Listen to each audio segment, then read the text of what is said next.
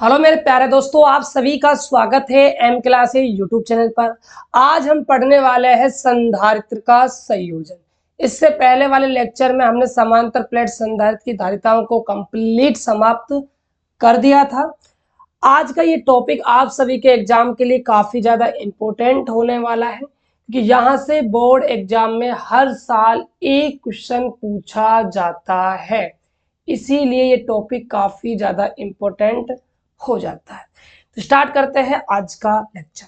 देखिएगा, सबसे पहला सवाल तो आपका यही होगा कि सर, हम संधारित्रों का संयोजन कर रहे हैं तो क्या आवश्यकता पड़ी जिससे हमें संधारित्रों का संयोजन करना पड़ा। तो याद रखिएगा, संधारित्रों का संयोजन हम इसलिए करते हैं जिससे कि हमें इच्छा अनुसार क्या मिल सके भाई, धारिता मिल सके। जितनी धारिता की हमें जरूरत है उतनी धारिता हमें मिल सके, इसके लिए हम क्या करते हैं, इनका संयोजन करते हैं। लिखा हुआ है, आप पढ़ सकते हो। वांछित मान की धारिता प्राप्त करने के लिए संधारित्रों का संयोजन किया जाता है। अब बात करते हैं आगे। जो संधारित्रों का जो संयोजन होता है वो मुख्यतः दो प्रकार का होता है। पहला संयोजन है श्रेणी क्रम संयोजन, दूसरा है समांतर क्रम संयोजन। आज के इस लेक्चर के अंदर हम जो हमारा फर्स्ट है श्रेणी क्रम संयोजन, इसको हम कंप्लीट करने वाले हैं। अगला जो लेक्चर होगा, अगली जो क्लास होगी, उसके अंदर हम इसका सेकंड टाइप पढ़ेंगे। ओके, चलिए भाई, स्टार्ट करने से पहले मैं आप सभी को बता दूं, इन क्लासों का जो पीडीएफ होता है वो आपको फ्री मिलता है। आप एम क्लासेज ऐप डाउनलोड कर लीजिएगा, वहां पर इन सभी क्लासों को जो पीडीएफ है वो आपको फ्री मिल जाएगा। लिंक डिस्क्रिप्शन बॉक्स में है। साथ के साथ जितनी भी क्लासेज होती है, किस टाइम कौन सी क्लास होती है, उसका जो अपडेट है वो व्हाट्सएप ग्रुप में मिल जाएगा। ग्रुप में आप जाकर ज्वाइन कर लीजिए। लिंक बच्चों डिस्क्रिप्शन बॉक्स में दे रखिए, देखिएगा। तो सबसे पहले हम पढ़ेंगे श्रेणी क्रम संयोजन। समझिएगा ध्यान से। देखिए, आप सभी को पता है, मैंने जब आपको स्टार्टिंग में संधारित्र पढ़ाया था तो मैंने कहा था कहीं पर आपको ये सिंबल नजर आ जाए तो समझ जाना ये स्ट्रक्चर किसकी है, संधारित्र की है। राइट। अब देखिए, यहाँ पर आपको तीन संधारित्र नजर आ रहे हैं। ये पहला संधारित्र है, ये दूसरा है और ये आपका तीसरा संधारित्र है। तीनों संधारित्र को हमने किस क्रम में जोड़ दिया भाई, श्रेणी क्रम में जोड़ दिया।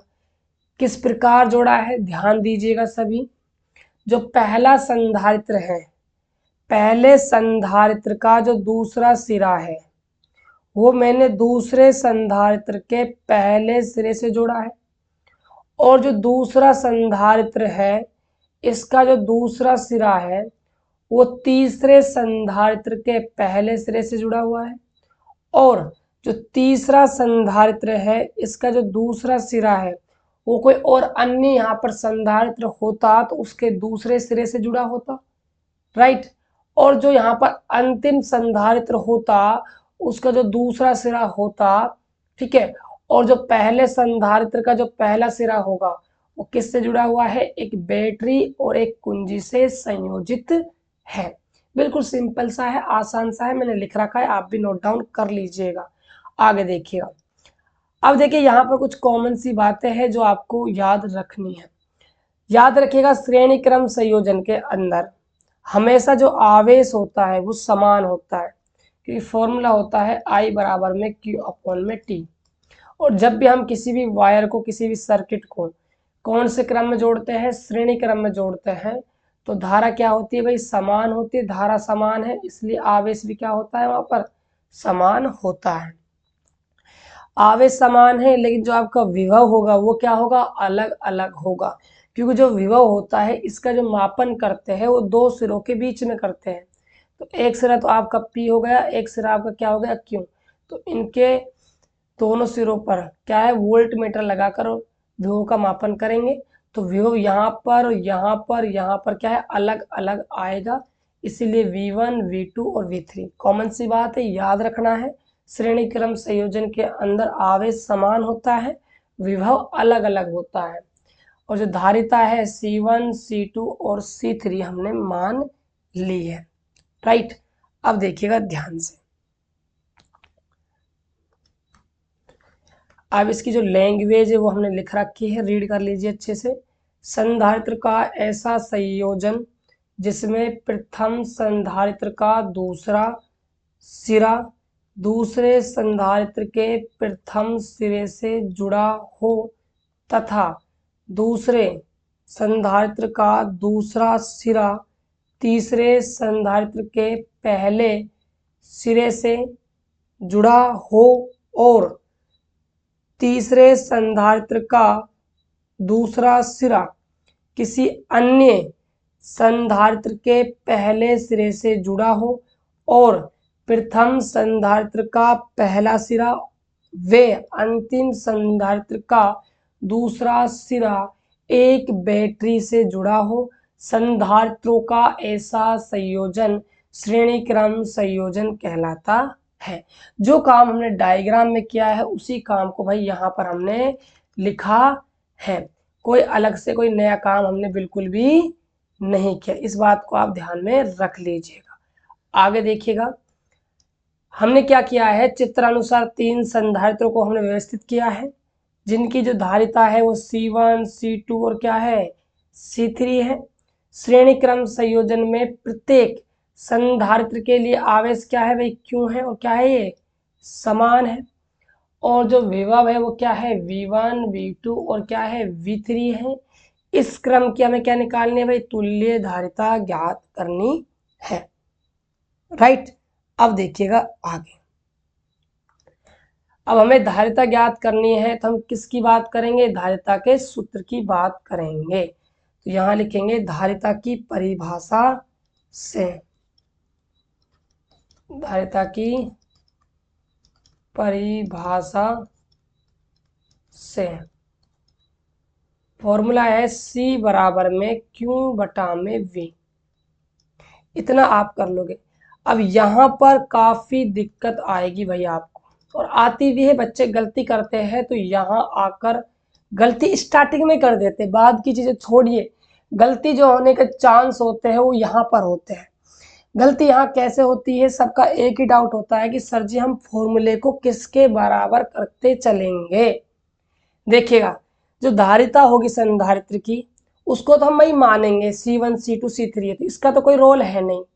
राइट, बात बची तो किसकी, Q की और किसकी V की। अब हमें दिक्कत आती है यहां पर कि जो हम फॉर्मूला बनाएंगे, ठीक है, या किसको बराबर रखेंगे, ये प्रॉब्लम हमारे सामने आती है। तो आप हमेशा जीवन में याद रखिएगा, जब भी आप इस डेरिवेशन को करो, Q और V में जो अलग अलग हो, जो क्या हो अलग अलग हो, उसको हम हमेशा बराबर करेंगे। अब देखिए Q और V में अलग अलग कौन है, Q तो आपका समान है, V आपका अलग अलग है। तो फॉर्मूले को हम बनाएंगे V के बराबर। तो B को क्रॉस करूंगा, C को यहाँ लाऊंगा तो Q बटा में आपका C बन जाएगा। इसको नाम दीजिए आप इक्वेशन नंबर 1। अब देखिए, अब हम निकालेंगे विभव, पहले संधारित्र के लिए, दूसरे के लिए और तीसरे के लिए। फिर तीनों का जो वोल्टेज उसको हम ऐड कर देंगे। देखिएगा ध्यान से, प्रथम संधारित्र के लिए तो V1 बराबर में Q बटा में C2, 1 मिनट, C1 आएगा, सॉरी, समीकरण नंबर 2। द्वितीय संधारित्र के लिए तो V2 बराबर में Q बटा में C2, समीकरण नंबर 3। आगे देखिए, तीसरे संधारित्र के लिए, तो V3 बराबर में Q बटा में C3, समीकरण नंबर 4। राइट। अब हम निकालेंगे बैटरी का कुल विभव, क्योंकि जो हमारा V है वो 3 भागों में टूट चुका है, V1 में, V2 में और V3 में। देख सकते हो आप डायग्राम में, ये आपकी यहाँ पर बैटरी है जिसका वोल्टेज B है, ये 3 भागों में बट गया, V1 में, V2 में, V3 में। मुझे कुल वोल्टेज निकालना है, तो मैं क्या है भाई, इनको ऐड करूंगा। तो यहाँ लिखेंगे हम कुल विभव, तो V बराबर में V1 plus V2 plus V3। Right. अब हम बात करेंगे समीकरण 1, 2, 3 तथा 4 से। अब इन समीकरणों से हम मान यहाँ पर रख देंगे। देखिए V का मान क्या है भाई, Q बटा में C, V1 का Q बटा में C1, V2 का Q बटा में C2, V3 का Q बटा में C3। आगे देखिएगा, ऊपर से आपका जो Q है वो क्या है भाई, कॉमन आ जाएगा, तो क्या बचेगा, 1 बटा में C1 प्लस 1 बटा में C2 प्लस 1 बटा में C3।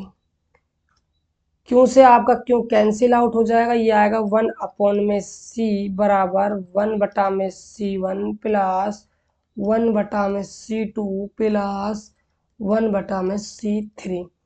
यहाँ पर आप नीचे लगा दीजिएगा S।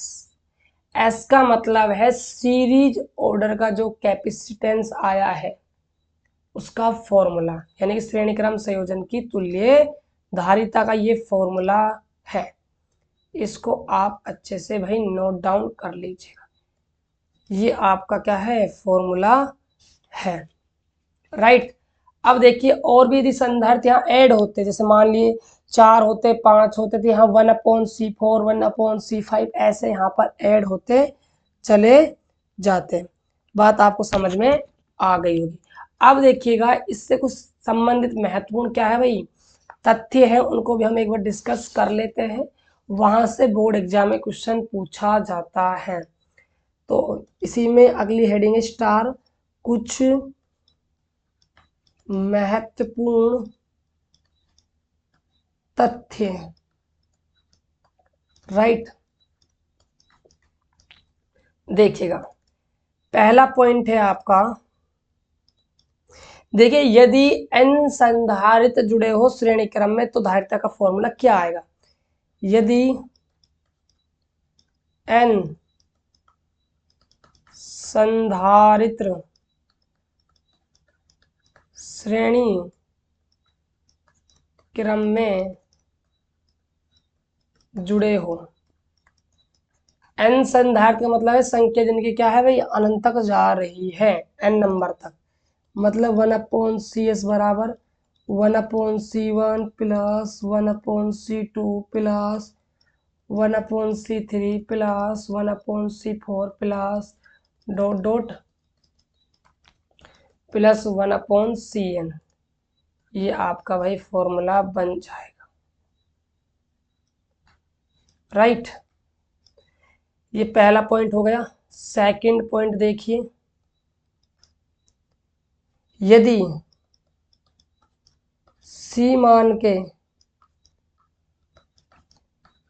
n संधारित्र जुड़े हो, हाँ जी देखिएगा जो n संधारित्र आपके श्रेणी क्रम में जुड़े हुए हैं, यदि उन सब की जो धारिता है वो क्या हो, C हो, तो फिर तुल्य धारिता का फॉर्मूला क्या बनेगा। देखिएगा 1/CS बराबर सबकी धारिता C है, C यहाँ पर C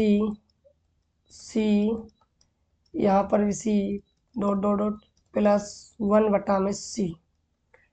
राइट। अब देखिए यहाँ से आप एलसीएम लोगे तो आपका जो एलसीएम है वो तो क्या आ जाएगा, निकल कर C आ जाएगा, और जो आपका 1 1 1 कितनी बार जुड़ रहा है, n बार, तो n आपका ऊपर आ जाएगा।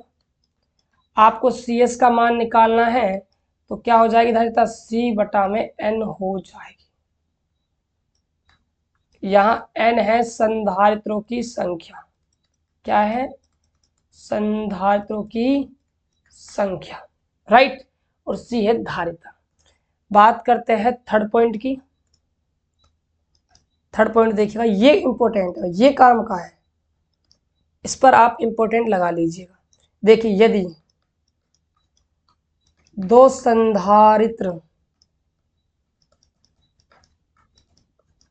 जिनकी धारिता C1 व क्या हो, C2 हो, और कौन सा क्रम चल रहा है, श्रेणी क्रम में जुड़े हुए हैं, ठीक है। चलिए, तो 1 में CS बराबर, पहले संधारित्र की धारिता है C1, दूसरे क्या है C2, तो 1/C2। देखिएगा 1 में CS बराबर, यहाँ से आपका LCM आ जाएगा C1 गुणा में C2, यहाँ C2 प्लस में क्या हो जाएगा C1, हमें क्या निकालना है CS, तो इनको पलटेंगे तो C1 गुणा में C2 ऊपर चला जाएगा और C1 प्लस C2 कहाँ जाएगा, नीचे। ये आपका फॉर्मूला बनकर भाई तैयार हो जाएगा। तो ये थी यहाँ पर 3 महत्वपूर्ण तथ्य जो इम्पोर्टेंट है, यहीं से बोर्ड एग्जाम में भाई क्वेश्चन भी बनता है। तो ये डेरिवेशन आपका समाप्त हुआ, श्रेणी क्रम संयोजन मैंने आपको बता दिया है। अगले लेक्चर में हम डिस्कस करेंगे समांतर क्रम संयोजन को। तो क्लास आपको भाई कैसा लगता है, आप भाई प्यारा सा कमेंट करके जरूर जाइए, ताकि हमें पता लगे कि आपको भाई क्लास अच्छा लग रहा है या फिर नहीं लग रहा। व्हाट्सएप ग्रुप डिस्क्रिप्शन बॉक्स में लिंक दिया हुआ है, जाकर ज्वाइन कर लीजिएगा। मिलते हैं और एक बेहतर वीडियो में, तब तक के लिए जय हिंद, वंदे मातरम।